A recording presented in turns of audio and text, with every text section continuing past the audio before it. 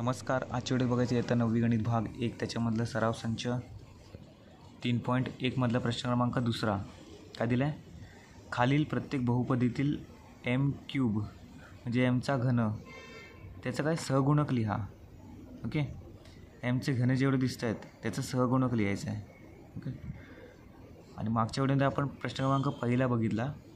आजच्या व्हिडिओमध्ये आपल्याला प्रश्न क्रमांक हा दुसरा पूर्ण बघायचा आहे. तर गणित काय काय दिले आहे? पहिलं m घन दिलं आहे, त्याच्यानंतर -3/2 अधिक m वजा वर्गमूळ 3 m घन.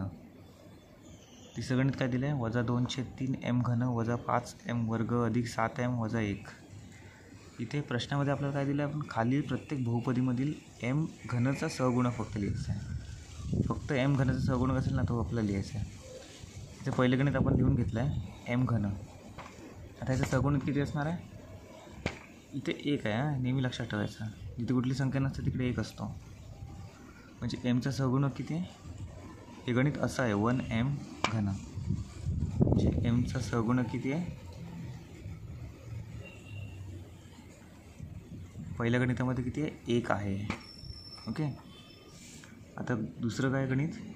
-3/2 अधिक m वजा वर्गमूळ 3m घन.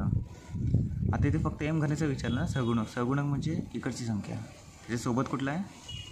वर्गमूळ 3 आहे. तर वर्गमूळ 3 नुसतं लिहायचं नाही, चिन्हासकट लिहायचं आहे. ते वजा असेल तर वजा लिहायचं, अधिक असेल तर नाही लिहिलं तरी पण चालतं. ओके, तर इथे m घनचा सहगुणक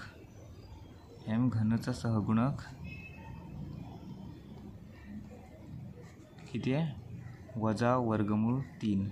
ओके, वजा वर्गमूळ 3 m घनचा सहगुणक आहे, तो आपण लिहिला. आता प्रश्न क्रमांक तिसरा बघूया, लास्टचा. -2/3 m घन वजा 5m वर्ग अधिक 7m वजा 1 आहे. इथे आपल्याला फक्त m घनचा सहगुणक विचारला आहे. याच्या पुढे जी संख्या कुठली आहे? -2/3.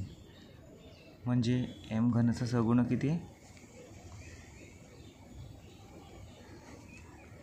-2/3. चिन्हासकट लिहायचं आहे तुम्हाला, नाही तर चुकणार आहे. ओके, तर आजच्या व्हिडिओत आपण ही 3 गणितं बघितली आहेत. आता पुढच्या व्हिडिओमध्ये आपण प्रश्न क्रमांक तिसरा बघूया. ओके, धन्यवाद.